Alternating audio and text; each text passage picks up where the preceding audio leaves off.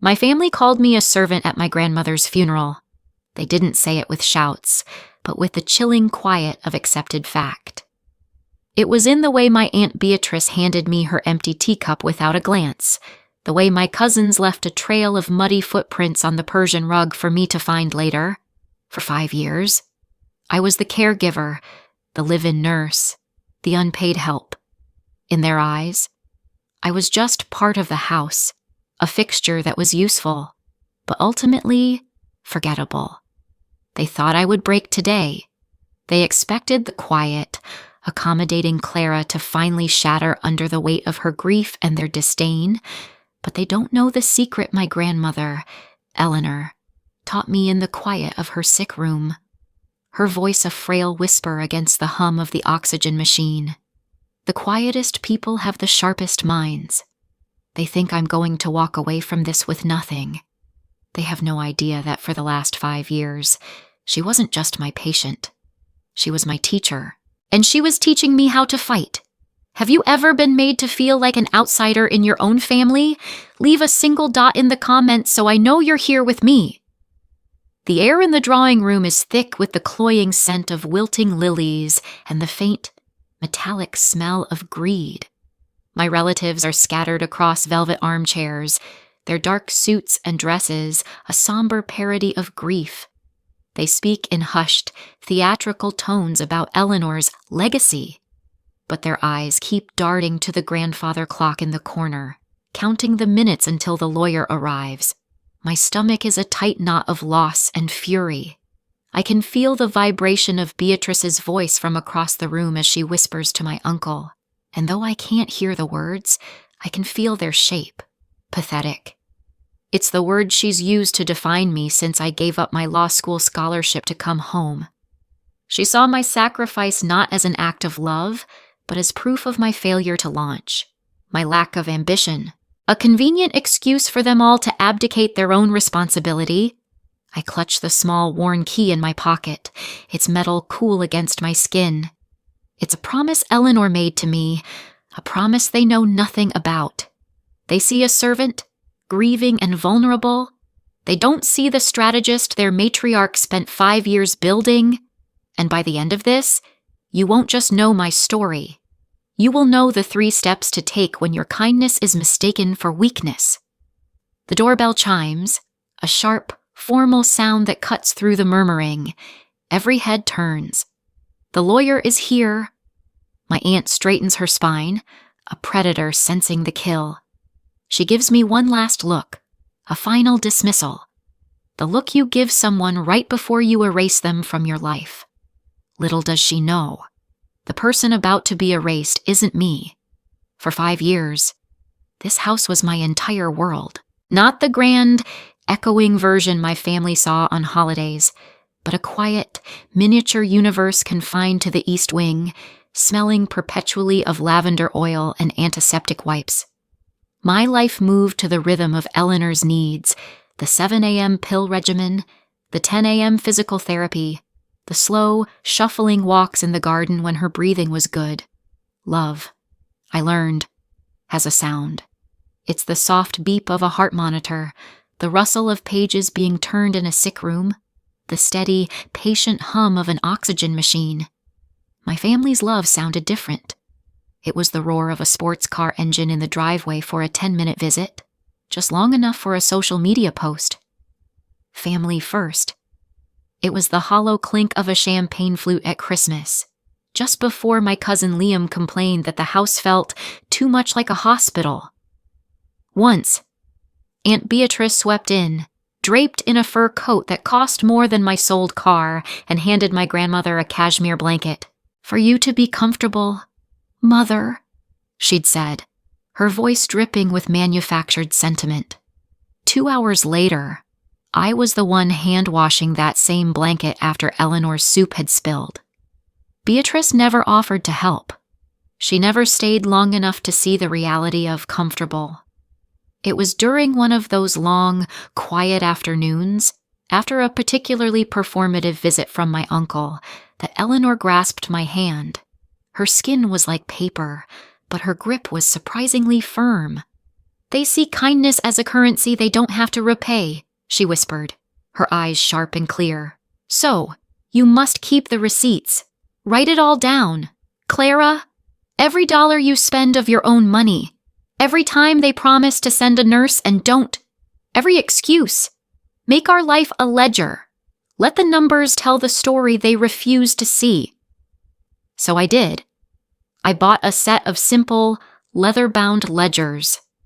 They became my silent companions. In the first, I logged every expense. The $80 for a specialized prescription my uncle swore he'd get around to ordering. The $400 for an emergency plumber on a Sunday when the heating failed.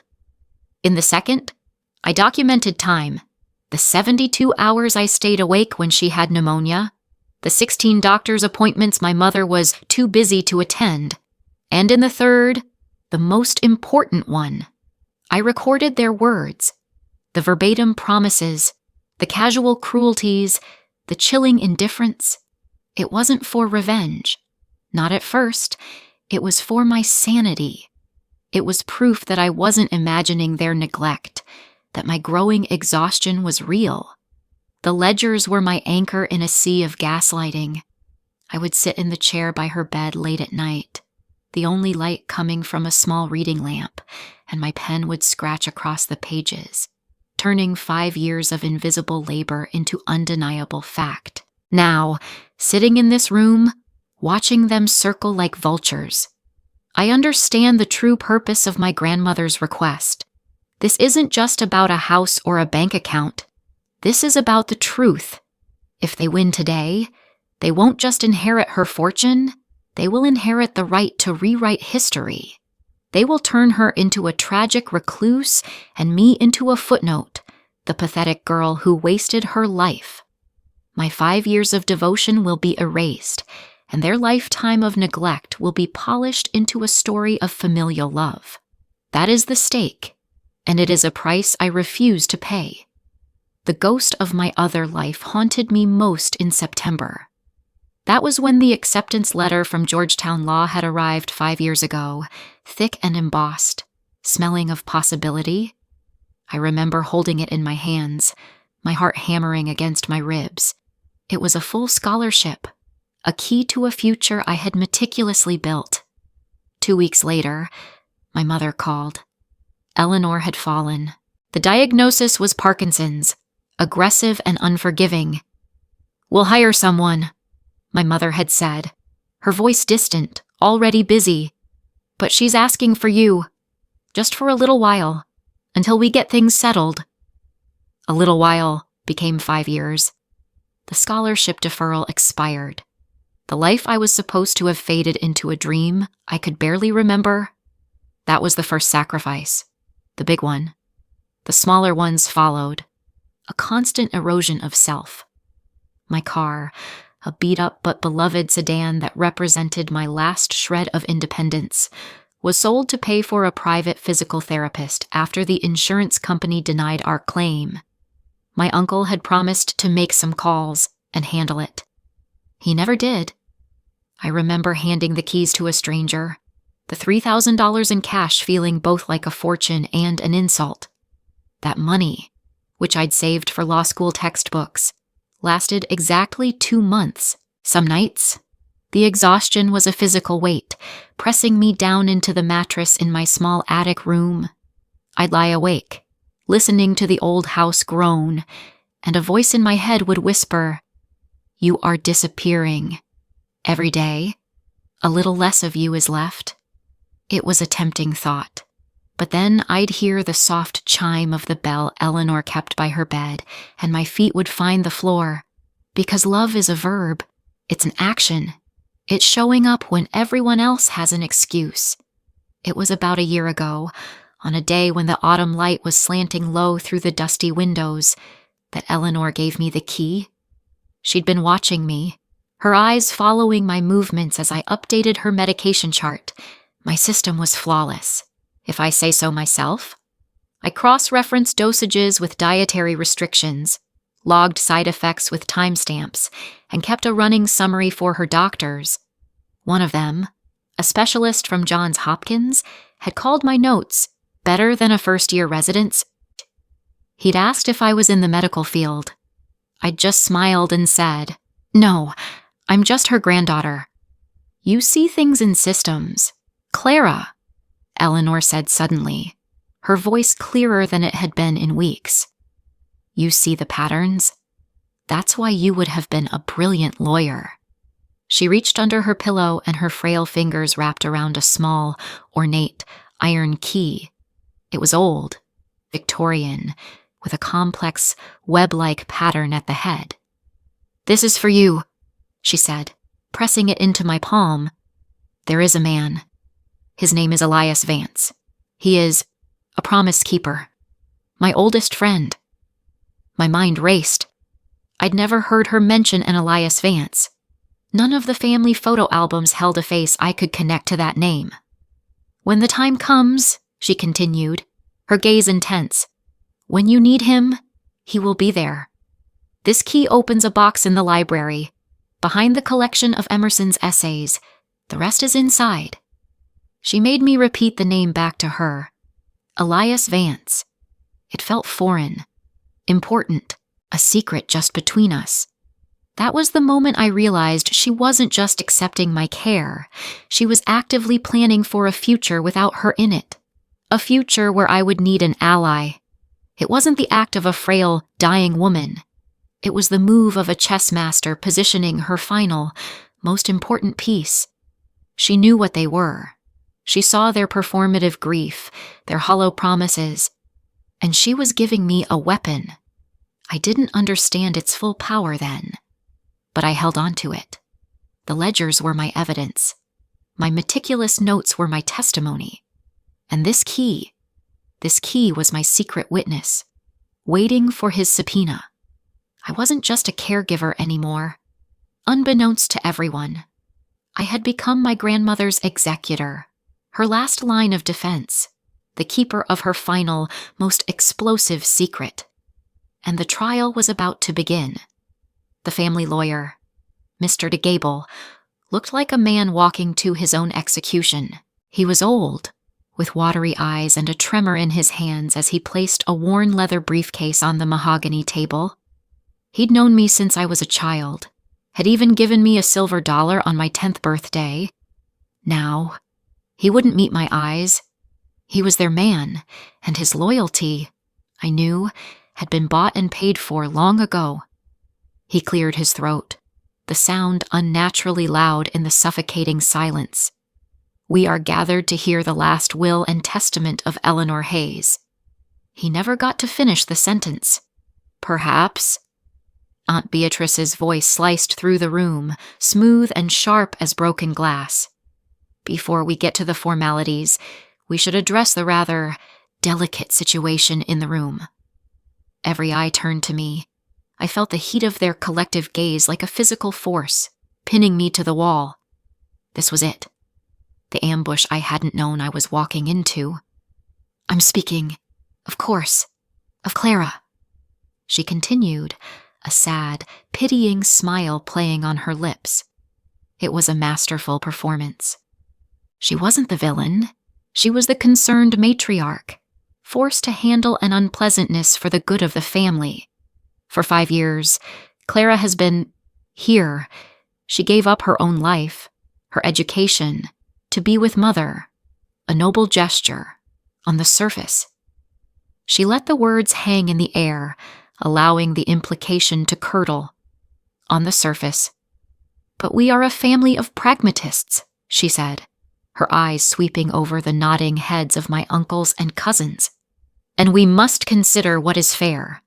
Clara has lived here, rent-free, for half a decade. She has been provided for. In essence, she has been an employee, a well-cared-for one, but an employee nonetheless." An employee. The word landed like a slap. My 5 years of bathing, feeding, medicating, and loving her mother.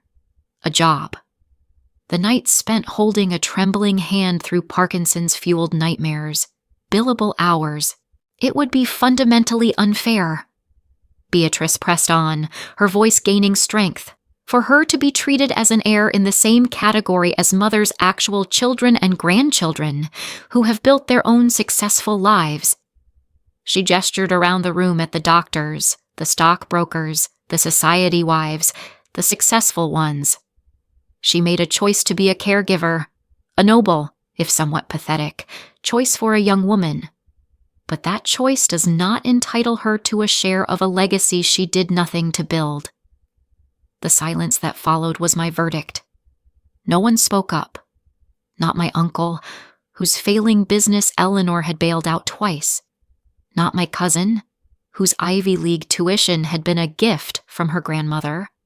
Not even Mr. Gable, who knew exactly how many times I had called him in the middle of the night, begging for help with insurance paperwork that my family had ignored. Their silence was their signature on my condemnation. From their perspective, Beatrice's logic was flawless. In their world, value was transactional. You work, you get paid. I had worked, and I had been paid in room and board. The account was settled. In their eyes, any expectation of an inheritance was not just naive, it was greedy. They saw a quiet, unambitious girl trying to leverage 5 years of service into a lottery ticket. They didn't see the love. They didn't see the sacrifice. They didn't see me at all. I looked at their faces, one by one, the pity, the condescension, the cold, hard dismissal. And in that moment, surrounded by the people who were supposed to be my blood, my protectors, I felt the last thread of hope I had for them snap. I thought I would finally break. I thought the tears I had been holding back for days would finally come. I thought I would shatter into a million pieces right there on that Persian rug. But something else happened instead. A strange, cold calm washed over me. The knot of grief and fury in my stomach didn't dissolve. It solidified. It turned into something hard and clear, like a diamond. Beatrice thought she was delivering a final, crushing blow. She had no idea she had just handed me the one thing I was missing, a reason to stop being quiet. I didn't give them the satisfaction of a single tear. I stood, turned my back on their stunned, contemptuous faces, and walked out of the drawing room. My footsteps echoed in the grand hallway, each one a silent declaration. The game has changed. They probably thought I was fleeing to my room to fall apart. Let them. Every second they underestimated me was another second I had to prepare. My destination was the library. It was Eleanor's sanctuary, a 2-story cathedral of books smelling of aged paper, leather, and lemon polish. It was the one room my family rarely entered. There was nothing here they could sell or brag about. For me, it was a war room. Step 1. Document and verify. I went straight to the small writing desk where I'd spent countless nights.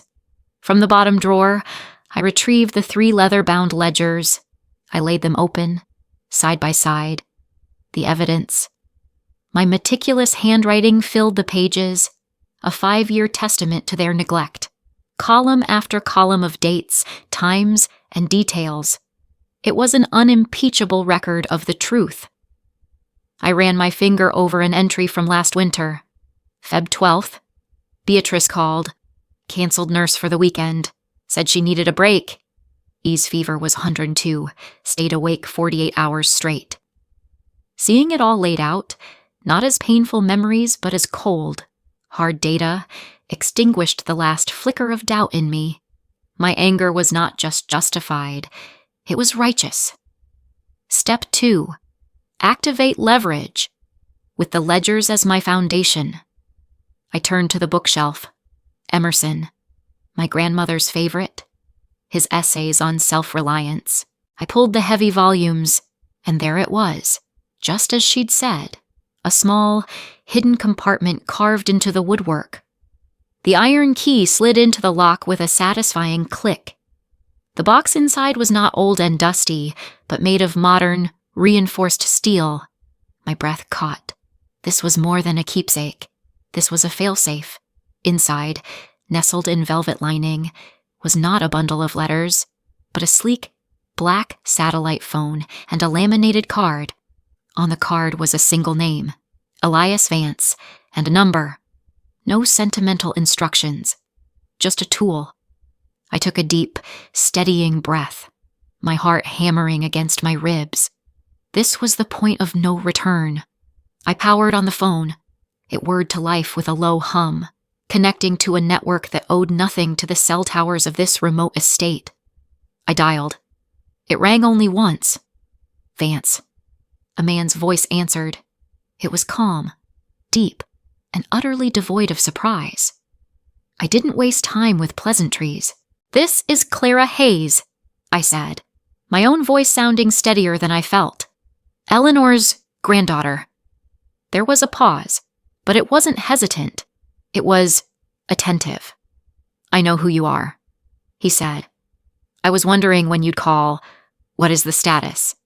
"The status is that my family is attempting to disinherit me and erase my grandmother's true wishes," I stated, my eyes fixed on the ledgers. "They are gathered in the drawing room with their lawyer now." "I see," he said.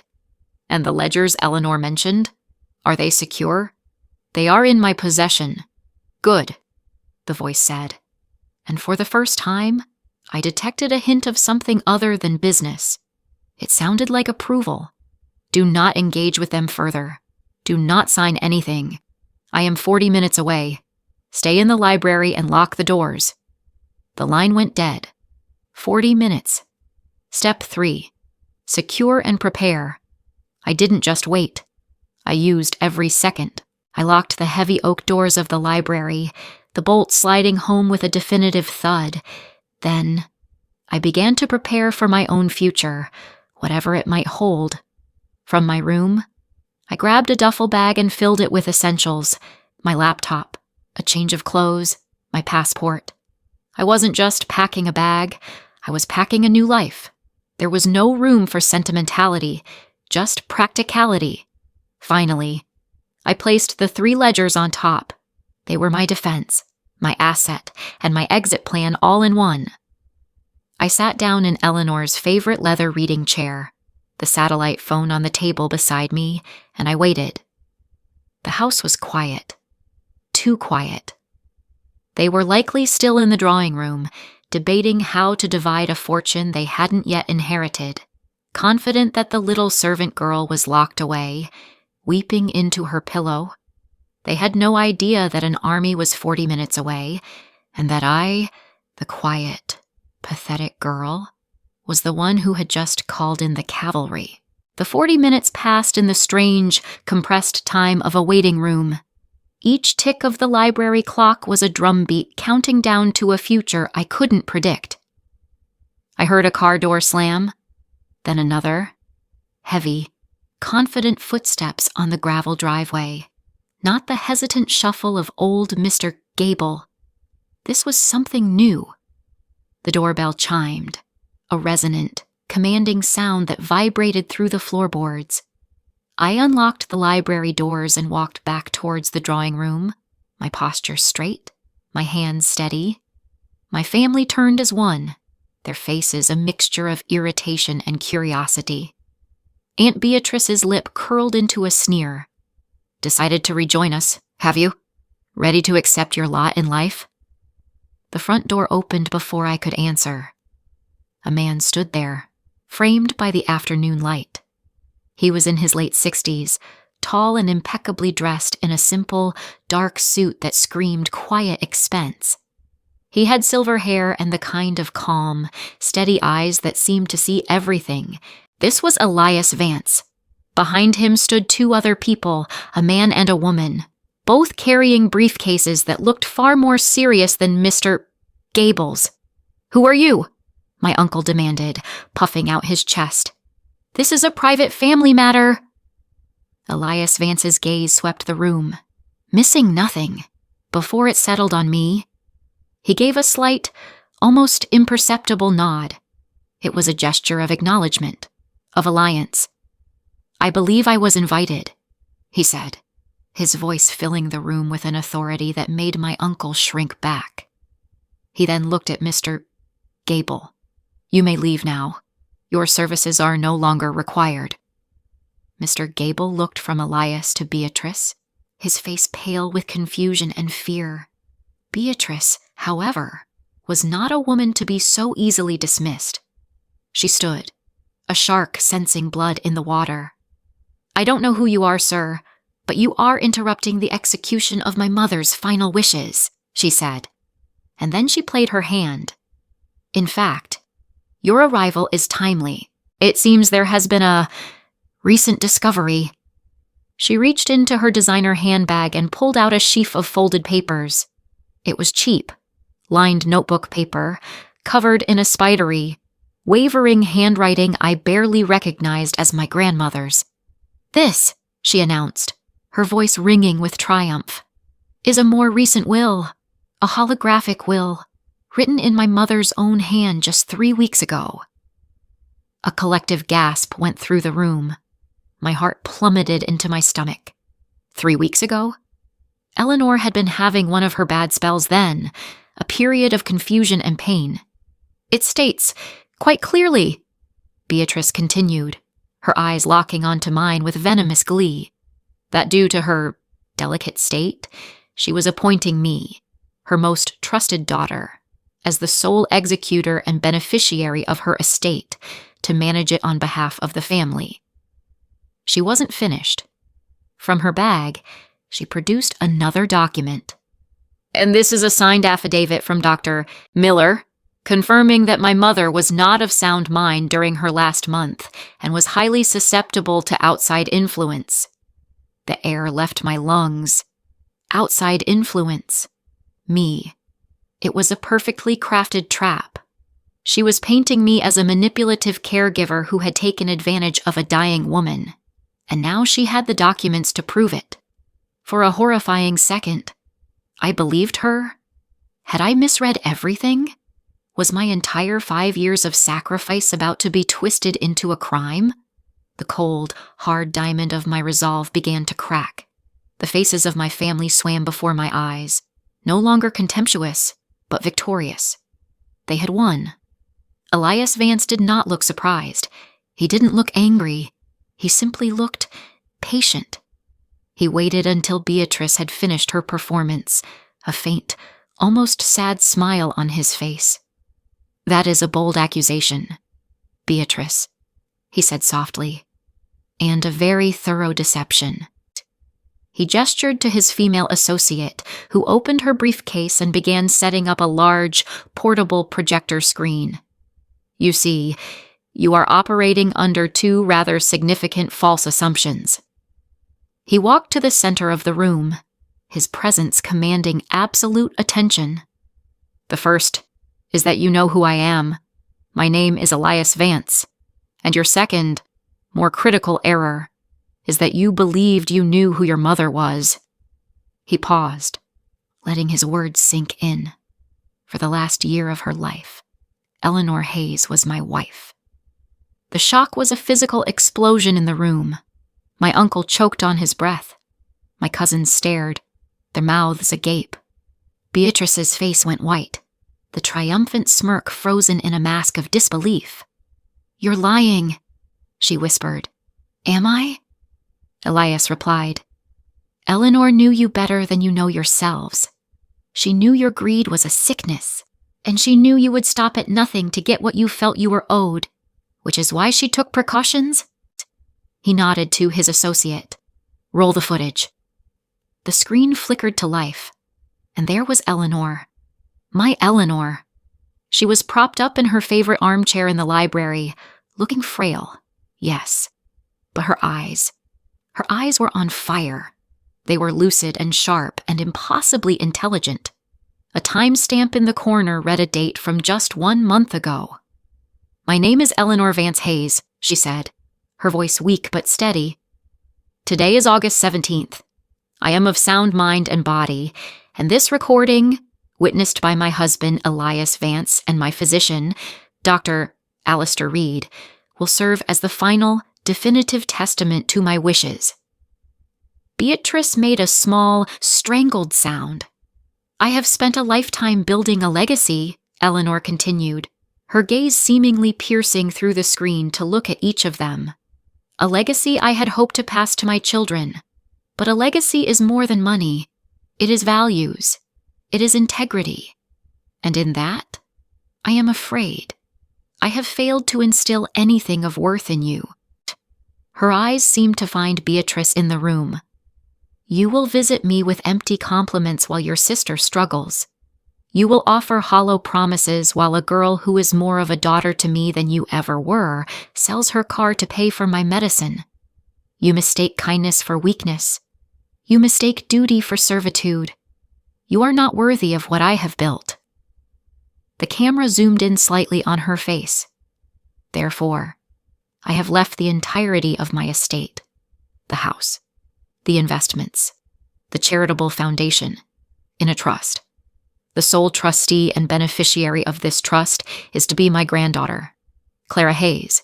She has earned it not through blood, but through love, a concept I fear is foreign to the rest of you. Then came the final, devastating blow.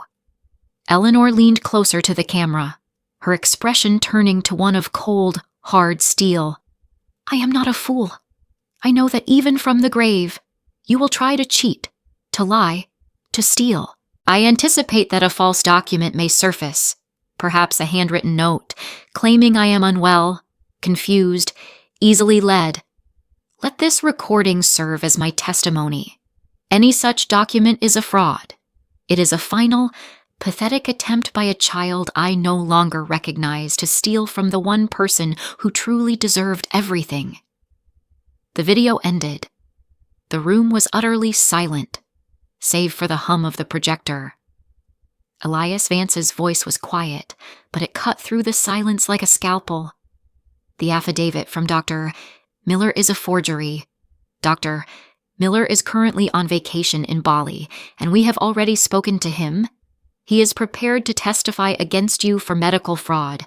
My wife's primary physician, Dr. Reed, is on standby to confirm her lucidity. The Las Vegas chapel where we were married has already faxed over the certificate. He gestured to me. And Clara has the ledgers. I stepped forward and placed the 3 leather-bound books on the table. The thud they made was the sound of a gavel falling. They were my corroborating evidence, the 5-year-long testimony that proved every single word my grandmother had said was true. Beatrice stared at the books, then at the screen, then at Elias. Her perfect, calculated world had been dismantled in less than 10 minutes. The mask of the sophisticated matriarch cracked, and what lay beneath was ugly, raw, and desperate. Her face contorted in a snarl of pure rage. She wasn't looking at Elias anymore. She was looking at me. You, she shrieked, her voice a raw, ragged sound. You think you've won? You think she was some benevolent saint? You have no idea what you've just inherited. You have no idea what this money is built on. She laughed, a high, unhinged sound that echoed in the silent room. Go on. Ask him. Ask your billionaire protector. Ask him about Project Nightingale. She spat the name out like it was poison. Project Nightingale. It meant nothing to me, but the name landed in the room with a sudden, chilling weight. I looked at Elias. For the first time since he had walked through the door, his calm, unreadable expression faltered. Just for a second. A shadow passed over his eyes, a flicker of something deep and old and unsettling. The victory in my veins turned to ice. I had won the battle. The silence Beatrice left behind was louder than her shriek. It was a vacuum, sucking all the air and arrogance out of the room. My uncles and cousins, who had been pillars of smug certainty just moments before, now looked like shipwreck survivors clinging to the wreckage of their own greed. They were staring at me, their expressions a pathetic cocktail of fear, disbelief, and a dawning, horrified respect. The power in the room had not just shifted, it had undergone a tectonic upheaval, and they were on the wrong side of a fault line they never knew existed. Elias Vance let the silence stretch, a tool he wielded with the precision of a surgeon. Finally, he turned to his male associate. "Daniel," he said, his voice calm and level, "please escort Mr. Ungable from the premises, and perhaps advise him that his presence here today in support of a fraudulent document has likely ended his legal career." Mr. Gable, who had been frozen in place, seemed to collapse in on himself. He didn't even look at my family as Daniel gently but firmly guided him out of the room. He was a casualty, a piece of collateral damage in a war he was too weak to avoid. One down. Then, Elias turned his gaze to my family. "The show is over," he said, with an air of finality. "This is now the home of Clara Hayes. You are trespassing." My uncle, Liam, the one who had bailed out his business with Eleanor's money, finally found his voice. "Now, see here," he blustered, his face red. "She's just a girl. You can't just kick us out. We're family." It was the first time I spoke. My voice wasn't loud, but it was clear and cold and carried the weight of the last 5 years. "Family doesn't treat one of its own like an unpaid servant," I said, looking directly at him. "Family doesn't stand by silently while one of its own is humiliated. You lost the right to call yourselves my family today." I walked over to the heavy oak door and opened it, an invitation and a command. "Leave," I said. They left. Not with dignity, but with the shuffling, defeated gait of routed soldiers. My cousin, who had mocked my car, couldn't look at me. My aunt, who had laughed at my life, scurried out behind her husband. Beatrice was the last to leave. She paused at the doorway, her eyes burning with a hateful fire. "This isn't over," she hissed. "Oh, I know," I replied, my voice calm. "For you, it's just beginning." I thought of the fraud charges, the disbarment of her pet lawyer, the social ruin. I closed the door on her face, the solid click of the lock echoing in the grand hallway. For the first time in 5 years, I felt the air in the house was clean. When I returned to the library, Elias was standing by the fireplace, looking at a portrait of Eleanor in her youth. The projector and screen were gone. The only things left on the table were the 3 ledgers, my grandmother's true will, and a set of old iron keys on a heavy ring. "She was magnificent," he said, not turning around. "Fierce and brilliant, and she loved you more than anything in this world." "I know," I whispered. "She told me you were a promise keeper." He finally turned to face me, and his eyes were filled with a deep, weary sadness. "I made her 2 promises. The first was that I would see her wishes carried out and that you would be protected. That promise was kept today." He gestured to the keys on the table. "These are yours. The keys to this house, the safety deposit boxes, the wine cellar, everything. My associates have already begun the process of transferring all assets into the trust you now control." I walked to the table and touched the cold metal of the keys. It felt impossibly heavy. "And the second promise?" I asked. He sighed, a long, slow exhale. "The second promise was that I would shield you from the truth for as long as possible. Project Nightingale." The name hung in the air between us. "What is it?" I asked, my voice barely a whisper. "What did Beatrice mean? What is this money built on?" Elias looked away, towards the darkening garden outside the window. "Not now, Clara," he said, his voice gentle but firm. "Today is about your victory. It's about honoring Eleanor's love for you. Project Nightingale. It's a complicated story from a long time ago. A chapter your grandmother spent her entire life trying to close. She built this fortune, this foundation, this fortress around you to ensure you would never have to be a part of it. But Beatrice knows." I pressed. "And if she knows, she'll use it. I can't be shielded from something if my enemies are holding it as a weapon." His gaze met mine, and I saw the conflict in his eyes. "You have your grandmother's mind," he said, a flicker of admiration in his expression. "You are right. And when the time comes, I will tell you everything. I promise you that. But for now, your priority is to build your new life, to secure your boundaries. Let me handle Beatrice." I knew he was right.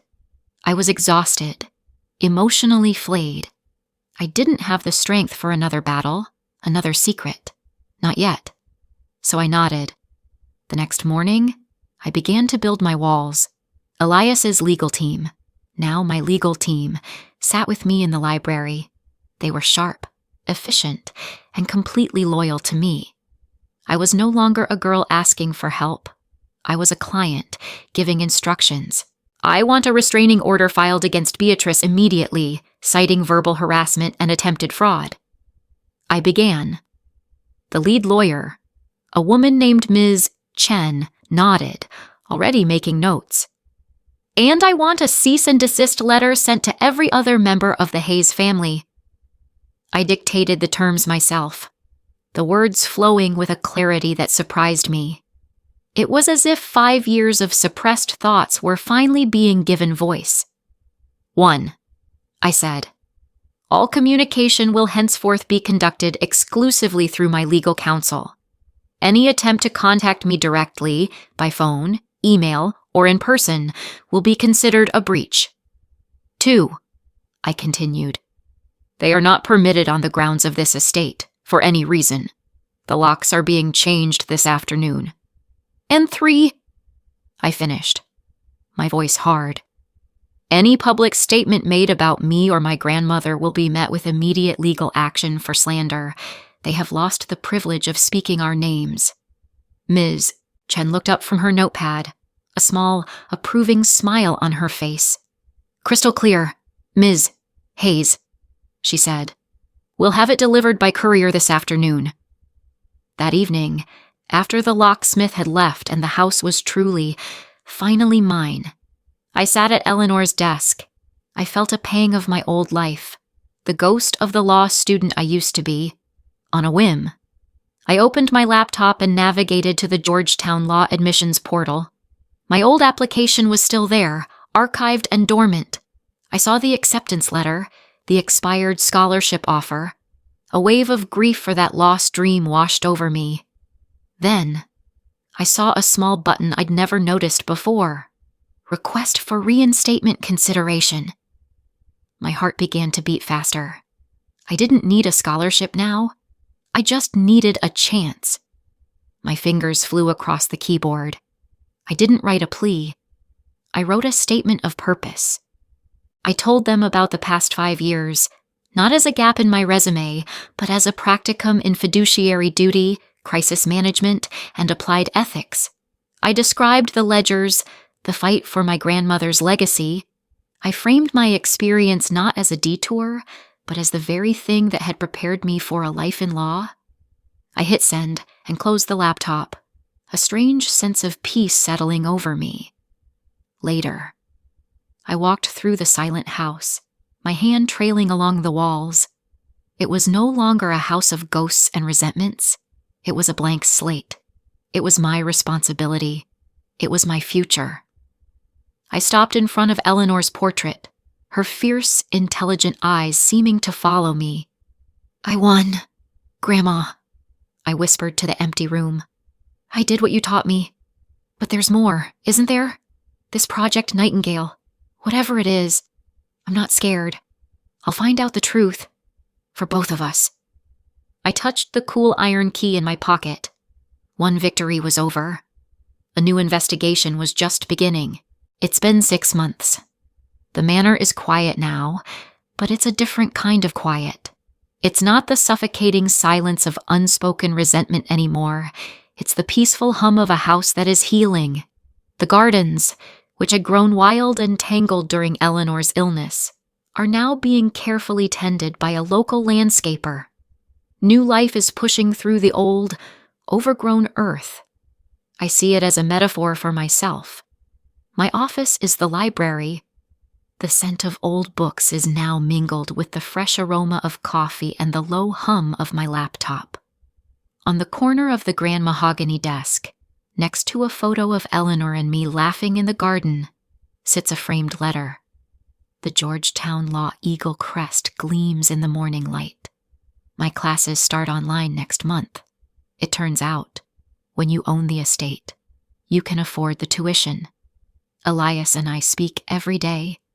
He has become more than an ally. He's the grandfather I never had.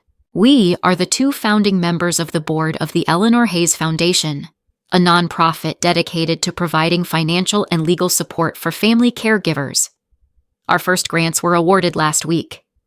I read the stories of the recipients: a son caring for his father with Alzheimer's, a woman who gave up her career to raise her disabled sibling, and I saw my own story reflected in theirs.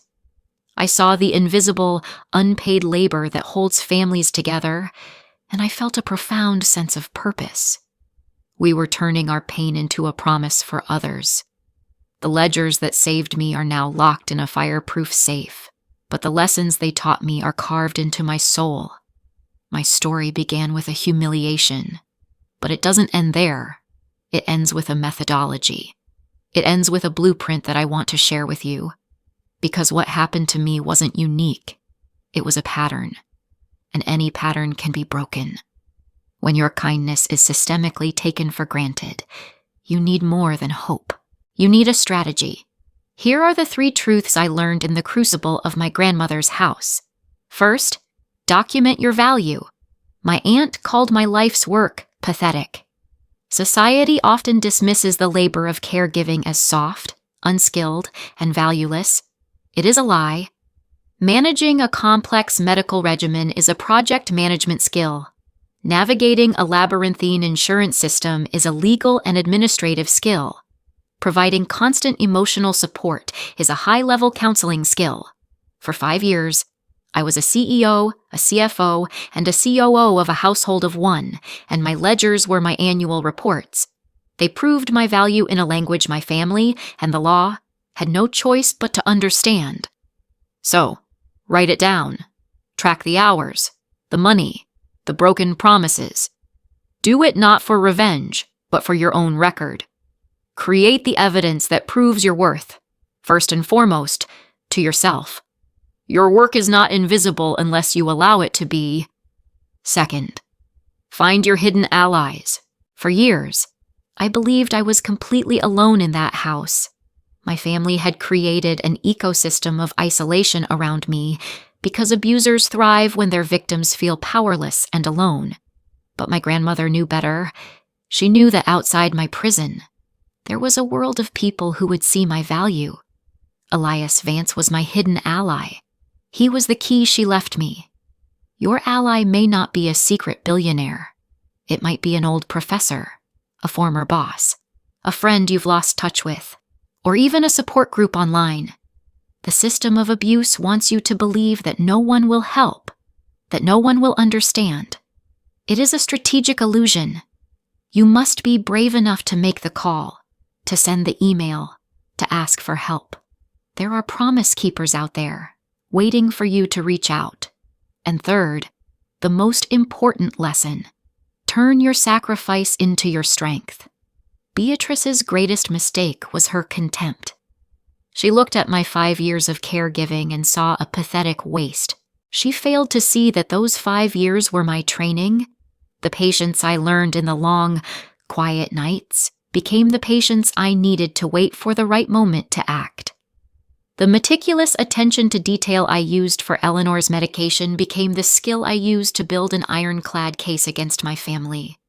The resilience I developed by enduring their casual cruelty became the strength I needed to face them down without flinching. Do not let anyone, including yourself, call your sacrifices a weakness. They are your education. They are the source of a unique, unshakable power that no one can take from you. Reframe your story. You weren't sidelined.